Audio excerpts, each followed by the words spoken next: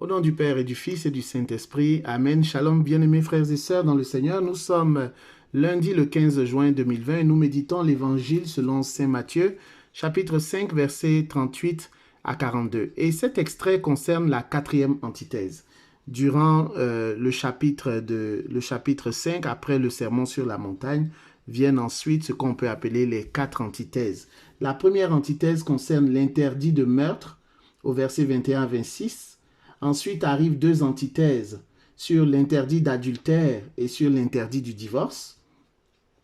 La troisième antithèse concerne le serment, la prestation de serment, qui concernait l'évangile justement d'hier. Donc la quatrième antithèse parle de la loi du talion. Cette loi du talion, l'Ancien Testament nous en parle. Œil pour œil, dent pour dent. Par exemple, pour ne citer que cette référence, en Exode 21-24, il est écrit « œil pour œil, dent pour dent, main pour main, pied pour pied, brûlure pour brûlure, blessure pour blessure, meurtrissure pour meurtrissure. » Quelle justice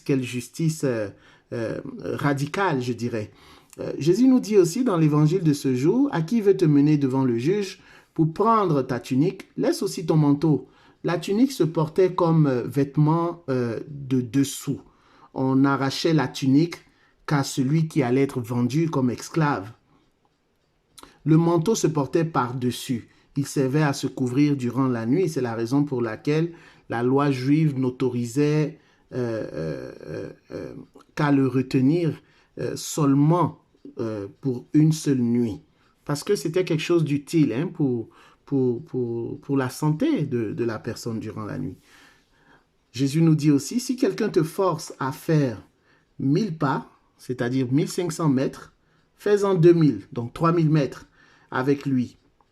Pour expliquer que les soldats ou fonctionnaires romains avaient le droit de réquisitionner un juif pour les aider à porter leur charge sur une certaine distance.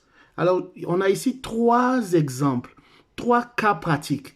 Et c'est en cela que la parole de Dieu nous rejoint dans notre vie quotidienne. Voici trois éléments, trois situations ordinaires de la vie quotidienne d'un juif, certes, mais dont Jésus va se servir pour enseigner une vérité de foi, une vérité très importante.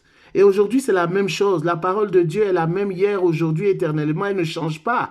Ce qui était valable hier est valable aujourd'hui. À nous de pouvoir l'interpréter, l'appliquer dans notre aujourd'hui. Mais aujourd'hui encore, la parole de Dieu éclaire de façon pratique nos vies quotidiennes, l'ordinaire de notre aujourd'hui.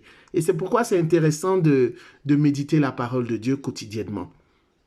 Parce qu'elle nous éclaire, comme cette flamme qui brille, qui vacille maintenant à l'écran, elle nous éclaire la parole de Dieu. La Bible dit que ta parole est une lampe à mes pieds, une lumière sur mon sentier. Oui, aujourd'hui, lundi 15 juin, la parole de Dieu peut devenir, si tu prends la peine de la méditer, elle peut être une lumière sur ton sentier, une lampe à tes pieds. Alors, tendre l'autre joue. Il faut savoir que dans la loi juive, celui qui voulait gifler, qui voulait frapper quelqu'un, ne pouvait se servir que du revers de sa main droite et frapper l'autre personne uniquement sur la joue droite. Donc, pour frapper quelqu'un, il fallait vraiment mettre sa main du côté de son visage et pouvoir le frapper du revers de sa main droite. On n'avait pas le droit de frapper ni avec la main gauche, ni avec la paume, qu'il s'agisse de la main gauche ou de la main droite. Et on n'avait pas non plus le droit de frapper la personne sur la joue gauche. Alors, quand Jésus demande de tendre l'autre joue, en réalité, tendre l'autre joue, c'est-à-dire la joue gauche.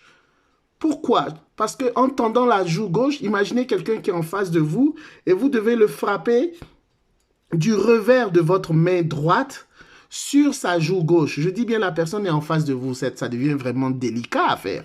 C'est pas évident. Alors il fallait arriver à mettre la justice que Jésus inaugure ici, c'est de ne pas répondre à la violence par la violence, mais de mettre la personne dans une situation qui l'embarrasse, qui l'empêche, qui l'ébranle, dans une situation dans laquelle il devient difficile pour cette personne de pouvoir quand même poser l'acte de violence. Voilà ce que Jésus est en train de nous dire. Et ça dépasse les générations. Vous serez du même avis que moi. On peut l'appliquer encore aujourd'hui. On n'est pas obligé de rendre à la violence par la violence. Il s'agissait ainsi de briser la logique circulaire du rétablissement de l'équilibre de la justice.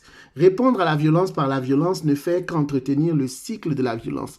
Il y a des chrétiens aujourd'hui qui répondent à la violence par la violence. Il y a des chrétiens aujourd'hui qui sont haineux. À peine vous leur marchez sur le pied, ils vous répondent même, je dirais, même pas au même niveau, mais pire, ils vous font quelque chose de pire que ce que vous leur avez fait. Ce n'est pas ce que Jésus nous demande. Et nous sommes tous appelés à changer de cœur. Le chrétien doit instaurer la paix, la justice, non pas par la violence, mais par l'amour, le pardon, la compassion.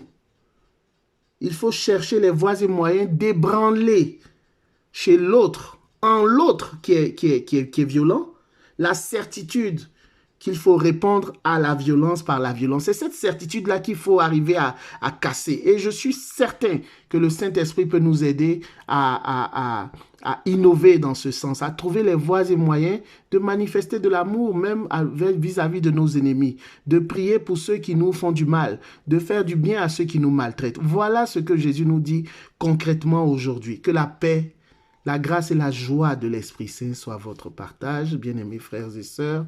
Dans le Seigneur, moi je suis Edgar Assois et par mon baptême j'ai été envoyé proclamer la bonne nouvelle du salut en Jésus-Christ.